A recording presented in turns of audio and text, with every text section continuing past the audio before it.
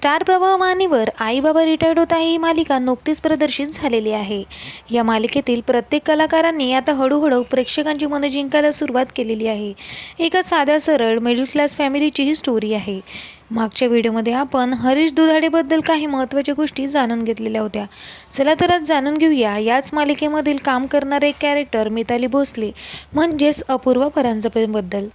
अपूर्वाचा जन्म 1997 साली मुंबईच्या ठाणे शहरामध्ये झाला। लहानपणापासून तिला ॲक्टिंगची आवड होतीच, त्यामुळे तिने डान्सिंग क्लासेसही लावले आणि अगदी लहानपणापासून तिने ऑडिशन द्यायला सुरुवात केली। तेव्हा तिला तिच्या आयुष्याचा पहिला चित्रपट म्हणजेच तिचा डेब्यू चित्रपट मिळाला। 2010 साली तिने पाठशाला या चित्रपटापासून आपल्या करिअरची सुरुवात केली, ज्यामध्ये तुम्ही शाहिद कपूरला बघू शकता। त्यानंतर तिने फोर्स या चित्रपटामध्ये सुद्धा महत्त्वाची भूमिका साकारलेली होती। त्यासोबत बर्फी या महत्त्वाच्या चित्रपटामध्ये सुद्धा तिची एक झलक आपल्याला पाहायला मिळते। ती इतक्यातच थांबली नाही, तर त्यानंतर तिने मराठी सिनेमाकडे धाव घेतली। तिच्या प्रेमाबद्दल जाणून घ्यायचं झालं तर ती सध्या आता रुचिर गुरवला डेट करत आहे असं सांगण्यात येत आहे।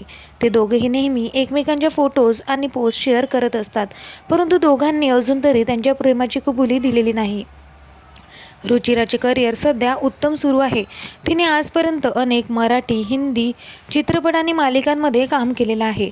बर्फी या चित्रपटानंतर तिने मेमरी कार्ड या मराठी चित्रपटापासून तिच्या मराठी सिनेसृष्टीमध्ये काम करायला सुरुवात केली। त्यानंतर स्वाभिमान, वैदेही, काव्यांजली यांसारख्या मराठी मालिकांमध्येही तिने उत्तम भूमिका साकारलेली होती। आता ती आई बाबा रिटायर्ड होत आहे या मालिकेपासून एका वेगळ्या रूपात आपल्याला पाहायला मिळत आहे।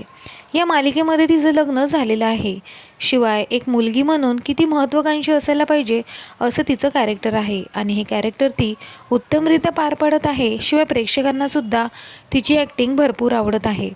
एवढंच नाही तर मिताली एका दुसऱ्या प्रोजेक्टवर सुद्धा काम करत आहे। लवकरच तिचा मराठी सिनेमा आपल्याला पाहायला मिळणार आहे। तर तुम्हाला सुद्धा अपूर्वा किती आवडते आम्हाला कमेंट करून नक्की सांगा। भेटूया परत, धन्यवाद।